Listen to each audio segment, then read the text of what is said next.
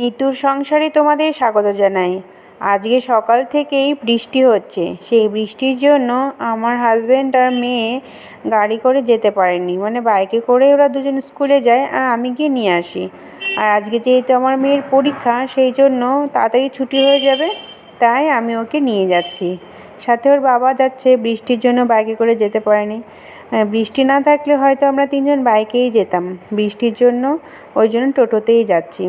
আর সকাল থেকেই বৃষ্টি পড়েই যাচ্ছে, থামবার কোনো নামই নেই। আর ওইদিকে মেয়ের পরীক্ষা শুরু হবে 11:30 থেকে 12:30 পর্যন্ত। ওইটুকুনি সময় বৃষ্টির মধ্যে স্কুলটাতে দাঁড়ানোর কোনো জায়গাও নেই। আর খুব অসুবিধা হয় দাঁড়ানোর জায়গা নেই বলে। অনেক স্টুডেন্ট আছে স্কুলে, কিন্তু একটা দাঁড়ানোর বা বসার একটা জায়গার ব্যবস্থা নেই স্কুলটাতে। তাই আমি মেয়েকে স্কুলে দিয়ে যাচ্ছি স্মার্ট বাজারে। পাশেই আছে স্মার্ট বাজার, সেখানে অনেকেই কী করে বাচ্চাদেরকে স্কুলে দিয়ে স্মার্ট বাজারে চলে যায়। এই যে আমি ভাবছি যে কিছু কিনি আর না কিনি, বৃষ্টির মধ্যে একটু নিরাপদে একটু আশ্রয় হোক, স্মার্ট বাজারে গিয়ে বসে থাকি, দেখি এই দেখুন ক্রকারি সেটগুলো কীরকম, কত সুন্দর সুন্দর আছে ক্রকারি সেটগুলো, কিন্তু প্রচণ্ড দাম এখানকার জিনিসপত্রের। কিছু কিছু পার্টিকুলার কিছু জিনিসের দামটা একটু কম হয়, কিন্তু বেশিরভাগ জিনিসেরই দাম আকাশ ছোঁয়া হয়। বাইরের থেকে এখানে দামটা একটু বেশি হয়। আর ওইদিকে বিকেলে আমার হাজব্যান্ডের একটা বন্ধু এসে মানে আমাদের জলে প্রচণ্ড আয়রন, যেহেতু সেই জন্য আয়রন গার্ড লাগানো হবে। প্রচণ্ড আয়রন, আমাদের জল পুরো মানে একেবারে হলুদ হয়ে থাকে জল, এত আয়রন থাকে। আর বাথরুম টাথরুম পরিষ্কার করলে একদম মানে 7 দিনও যায় না, তার মধ্যেই বাথরুম আবার হলদে হলদে ভাব হয়ে যায়। এই দাদাও পেশায় একজন শিক্ষক, তার সাথে সাথে আবার এইসব কাজও ভালো পারেন আর কি। তা আয়রন গার্ডটা লাগিয়ে দিচ্ছেন উনি। তোমাদেরকে একটা জিনিস দেখাই চলো আমাদের ছাদের। এই দেখো, ছাদে আমাদের জল জমে রয়েছে। আমাদের ছাদে জল জমার কারণ কি বলো তো? এই দেখো, এই জায়গাটা দিয়ে নেট দেওয়া ছাদের। নেট দেওয়ার কারণে জলটা ঠিকঠাক মতো যায় না আর কি, মানে জলটা ঠিকঠাক মতো পাস হতে পারে না। আর যদি নেট না দেওয়া থাকতো, জলটা ঠিকঠাক মতো পাস হয়ে যেত। অনেক সময় আছে নেটের মুখে হয়তো কিছু পাতা টাতা পড়ে থাকে, বা কোনো একটা নোংরা নাংড়ি, একটু বড় ধরনের নোংরা নাংড়ি পড়ে থাকে, তারপরে জলটা যেতে অসুবিধা হয়। এই জন্যই জলটা ঠিকমতো পাস হয় না। একদিন খুব বৃষ্টি হয়েছিল, বৃষ্টিতে পুরো ছাদ পুরো ভর্তি হয়ে গেছিলো জলে। আর সেই জল বেয়ে বেয়ে একদম নিচে গড়িয়ে গড়িয়ে আসছিল। ওপরে গিয়ে দেখে ছাদ ভর্তি হয়ে জল ছাপিয়ে সিঁড়িঘর দিয়ে জল আসছে।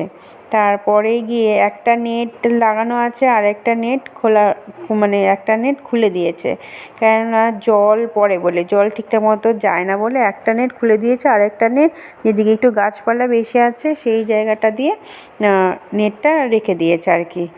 আর তোমরা যারা নতুন ছাদ দিচ্ছ আর কি, নতুন ছাদে প্লাস্টার হয়ে গেছে, পাইপ লাগাচ্ছ, তাদের উদ্দেশ্যে একটা কথা বলতে চাই। তোমরা পাইপ লাগানোর পরে নেট না দিয়ে ওপেনই রাখার চেষ্টা করো। হয়তো যেদিকে গাছপালা আছে সেই দিকে একটা নেট দিতে পারো, কিন্তু যেদিকে গাছপালা নেই সেই দিকে ওপেন পাইপে রাখার চেষ্টা করো, নয়তো আমাদের মতো এরকম অবস্থা হবে, ছাদ ভর্তি জল হয়ে তারপর ঘরের মধ্যে জল ঢুকে যাবে। দেখো, ছাদে এখনও জল জমে আছে, মানে যেই পাশে পাইপের মুখে নেট লাগানো ছিল সেই পাশটা এখনও জল বেঁধে রয়েছে।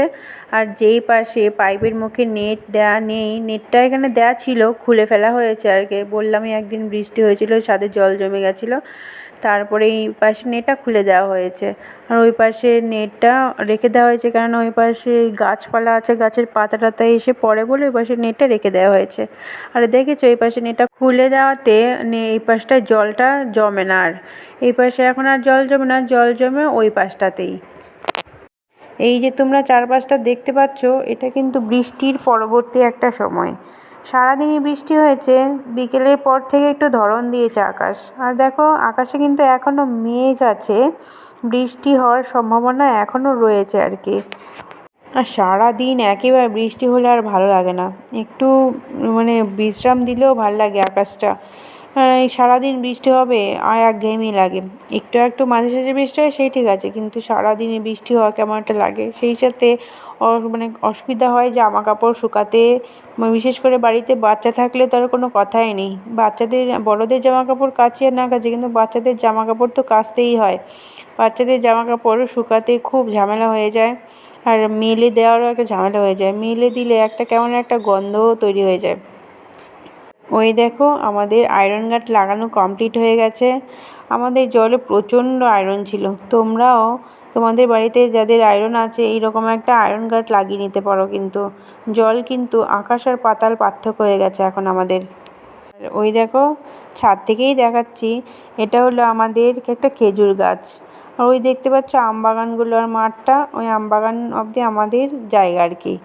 এই দেখো এই খেজুর গাছটা এই বছর কাটেনি, আর এই বছর কাটেনি শীতের মধ্যে, গত বছর অবধি কেটেছিল, এই বছর আর কাটেনি। যিনি কাটেন আর কি খেজুরের রস, গাছ কাটেন আর কি, গাছ কেটে খেজুরের রস বার করেন, তিনি এই বছর আর কাটেননি, গত বছর অবধি কেটেছিল।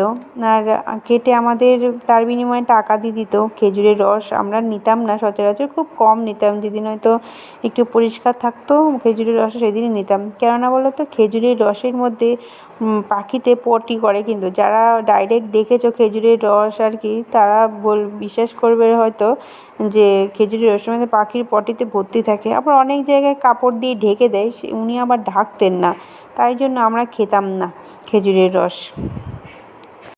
আমাদের টোটাল 8টা খেজুর গাছ ছিল, তার মধ্যে কয়েকটা কেটে দিয়েছে। খেজুর গাছ কাটতে কাটতে নষ্ট হয়ে যায় তো, তাই জন্য।